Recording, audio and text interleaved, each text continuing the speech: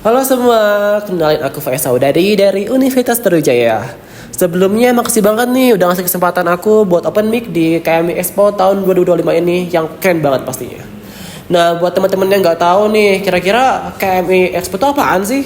Nah, KMI Expo adalah event kewirausahaan mahasiswa Indonesia di bawah Kementerian Dikti. Gampangnya, KMI itu isinya kayak para wirausaha hebat yang lagi nongkrong gitu. Sedangkan aku itu hanya wirausaha yang jalur PPT gitu. Kenapa PPT? Karena modalnya tinggal minta ter doang gitu. Tapi aku sih tetap semangat ya jadi wirausaha. Karena seorang guru pernah berkata nih, kalau generasi muda itu harusnya juga bisa membuka lapangan kerja gitu. Lah, saya kan aja tidurnya masih numpang di rumah orang tua gitu loh. Gimana mau buka lapangan kerja gitu? Tapi emang lucu sih. Kalau dunia kewirausahaan itu kan banyak motivasinya tuh. Katanya kalau mau sukses ya punya mindset pengusaha gitu. Lah di kampus saya mindset aja masih yang penting absen gitu. Kayak yang penting absen ya udah selesai gitu. Nah, bahkan dosen juga pernah bilang kalau coba deh jadi kreatif gitu. Tapi giliran aku kreatif gitu ya, itu misalkan jadi joki skripsi gitu. Kayak langsung dipanggil tuh ke ruang dosen. Nah, kadang-kadang juga saya mikir sih, kayak dunia bisnis itu kan mirip politik tuh. Sama-sama penuh janji dan hasilnya pun tergantung dengan siapa yang punya modal gitu. Nah, kalau di politik yang penting sih bisa janji. Kayak misalkan harga bahan pokok turun gitu. Kalau di bisnis yang penting bisa janji. Kayak misalnya kayak harga promo sampai tanggal tua gitu. Nah, bedanya kalau misalkan janji politik itu biasanya nggak ditepatin. Kayak siapa ya? Nggak tahu tuh siapa. Nah, walaupun gitu kan mereka masih bisa nyalon lagi tuh. Sedangkan kalau janji bisnis gak ditepati, itu rating Shopee bisa jadi 1 bintang gitu kan, jadi jelek banget tuh ratingnya kalau misalkan jelek barangnya. Nah, sekarang itu di kampus kan banyak banget nih program mahasiswa wirausaha. Katanya biar kita siap jadi pengusaha muda gitu.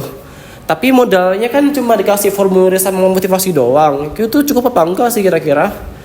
Nah, kan saya kan butuhnya modal tunai nih, nggak peduli itu sama formulir motivasi macam-macam, kan saya butuhnya tunai itu. Kan nggak mungkin kita start dari motivasi doang pengen orang doang gitu. Nah, bahkan pun juga saya pernah ikut lomba bisnis plan gitu ya. Saat saya presentasi, saya bilang gini, kami akan merubah dunia gitu, lewat inovasi digital. Jadi tanya dong, sudah ada aplikasinya belum? Ya kan saya nggak ada duit tuh. Ya saya juga jawab dong, kalau misalkan ya belum dong, saya cuma ada logo sama tagline doang gitu, sama konsepnya. Dan katanya pun para usaha itu juga harus tahan banting. Ya bener sih, karena tiap bulan juga saya harus banting harga gitu, karena tapi pun walaupun banting harga tetap gak laku gitu. Ada yang saya jual baju, skincare, bahkan jualan perasaan pun juga ada. Udah banyak banget tuh yang saya jualin. Nah, tapi katanya sih ada banyak orang tuh bilang kalau Kak cuma aku yang bisa ngertiin kamu gitu. Tapi ternyata ujung-ujungnya kamu bisa jadi reseller aku nggak gitu kan? Itu cuma penipuan doang gitu ya. Nah, tapi dari semua pengalaman itu saya sadar tuh kalau jadi pengusaha itu nggak gampang sebenarnya. Kayak butuh keberanian, kerja keras dan koneksi. Terutama kalau mau tender pack pemerintah sih gitu. Nah, tapi nggak apa-apa. Kita mulai dari kecil dulu. Karena kalau kata motivator sih dari kecil jadi besar. Tapi saya khawatir sih kalau misalkan nanti dari kecil malah jadi cicilan karena bangkrut gitu. Sekarang tuh kan banyak banget tuh motivator yang bilang macam-macam. Kayak misalkan itu kayak kalian bisa kok sukses tanpa modal gitu. Lah, saya sih percaya sama mereka ya. Karena mereka juga bisa sukses. Karena mereka jualan kelas gitu, jualan seminar yang tanpa modal gitu. Pokok mereka cuma banyak janji gitu doang gitu. Mereka gak ada modalnya, cuma modal janji doang.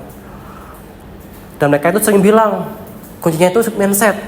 Kalau misalkan mindset kuat, semesta bakal bantu. Nah, tapi kan sebenarnya saya juga punya niat yang kuat banget nih, punya niat dan mindset yang kuat banget nih mudahan. Tapi semesta malah bantu saya dapetin notifikasi saldo tidak mencukupi gitu. Nah, karena juga saya heran sih, kenapa orang-orang tuh bilang yang penting niat dulu, nanti modal nyusul gitu.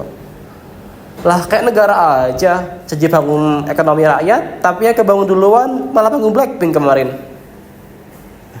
Saya juga pengen sih bisa kayak gitu.